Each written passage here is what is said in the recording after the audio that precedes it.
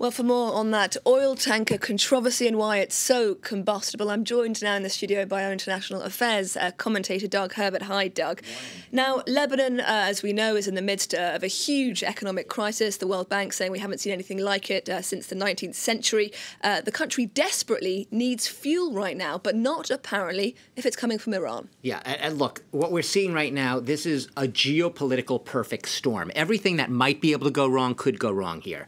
You basically have Lebanon's most powerful militia. It's also a political group, Hezbollah, Shiite businessmen reportedly tied to Hezbollah, ordering oil from Iran, a country that has been under stiff Western and especially U.S. sanctions since 2018 when Donald Trump withdrew from the nuclear deal, a country where the Western goal is really to cut Iran's oil shipments out of the country to zero. So you have Iran, which is deemed public enemy number one by a lot of the West, at least the West aligned with the U.S. and Israel, shipping oil to Lebanon on the orders of a party that is not actually its governing, not its ruling party, but its most powerful militia, and one deemed a terrorist group by the U.S., Israel, and much of the West.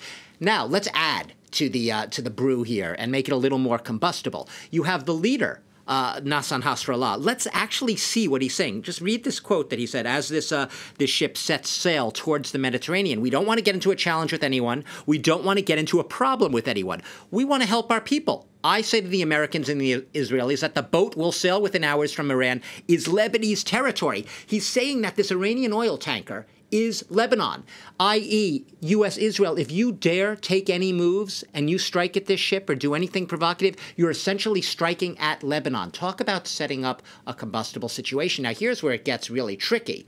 You say that, okay, so Hezbollah is deemed a terrorist group. Iran is public enemy number one from the U.S. and Israel. Both of those countries warily watching, although Israel declining to comment on whether at this point it would take any military action. But you say Hassan Nasrallah playing it very politically coy and savvy, saying, you know what? This is just the beginning. More of these types of shipments are yet to come. Why? Because we just want to help the Lebanese people. They are in dire need right now of everything, and fuel is their one of their number one needs. So it is one of these situations where Hezbollah is setting itself up as the champion of the people, coming to the rescue of the poor Lebanese people at a time when they have nothing. Now, the U.S. is countering, we don't need, Lebanon doesn't need Iranian oil. Lebanon has plenty of oil waiting offshore on ships, waiting to unload. The intimation being perhaps Egyptian oil. The U.S. is it. But the fact is, none of that oil has unloaded yet. No other oil, no other source of oil has come to Lebanon. Hezbollah and Iran right now, when it comes to oil for Lebanon, it's the only game in town. That's why it's so tricky. What do you do? Hezbollah is playing the humanitarian card, and it's playing it very savvily, and it could get a lot of the Lebanese people, even people who don't love Hezbollah in Lebanon, on its side, saying, well, they're the only ones helping us right now. So watch this space, but it's very, very combustible right now.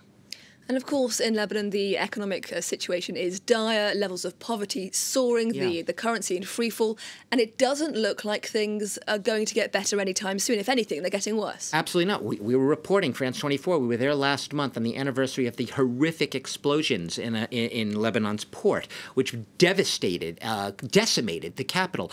And the economic crisis was already hard and really dire. It's gotten much worse. The economy is imploding. The central bank basically has no money left. It's just sitting empty, essentially, and it's actually no longer really importing subsidized products. Those subsidies are just going. So prices are going to soar. Hospitals, which rely on electricity generators, fuel to operate, the American University Hospital in Beirut, which was once one of the best in the Middle East, it could be shutting down within days. Why? Lack of electricity, lack of fuel, which goes back to the original question. That fuel is actually desperately needed. It's just that they don't want it to be Hezbollah fuel, U.S. and Israel. The needs, Dyer doesn't even begin to describe how badly Lebanon actually needs this fuel. The problem is it's coming from the wrong place. So it's going to be a very delicate balance right now, whether the Lebanese people watching this tanker all of a sudden don't sort of rally to Hezbollah and say, you know what, let this tanker in. We don't see anyone else offering this fuel, anyone else offering this oil. This really is perhaps Hezbollah's moment